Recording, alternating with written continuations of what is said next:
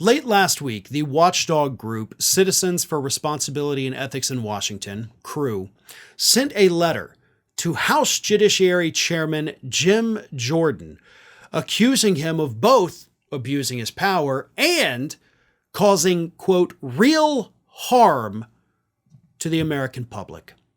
Noah Bookbinder, the president of CREW, said this in his letter. When oversight is misused for partisan aims, we know that it can chill the exercise of lawful activities in both government and civil society, whether such an effect is intended or accidental. Your committee's oversight activities have done just that and, in the process, have caused real-world harm. Instead of pursuing this illegitimate oversight agenda, your committee should work on bipartisan reforms such as improving oversight of the Bureau of Prisons, investigating the Department of Defense for potential violations of the Emoluments Clause, and mandating that the White House disclose information about official visits to the White House and other locations frequented by the president. The harms described above represent just a snapshot of how your committee's so-called oversight efforts have had ripple effects across society. Congressional oversight should be used to uncover corruption, tackle financial waste, and make the government run better, not for illegitimate, politically motivated attacks. So what are those illegitimate, politically motivated attacks that CREW included in their letter?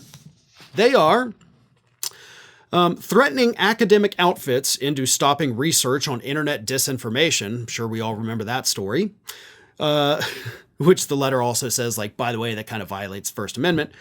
Interfering with the DOJ's attempts to investigate violent threats against school board officials and corruption at the far right-wing Federalist Society, and threatening antitrust enforcement against insurers who underwrite climate change risk. And that doesn't even begin to touch on the obviously politically motivated things that Jim Jordan has done with the House Judiciary Committee, like try to go after Fani Willis, the DA of Fulton County in Georgia, and of course the clearly politically motivated investigations into Joe and Hunter Biden.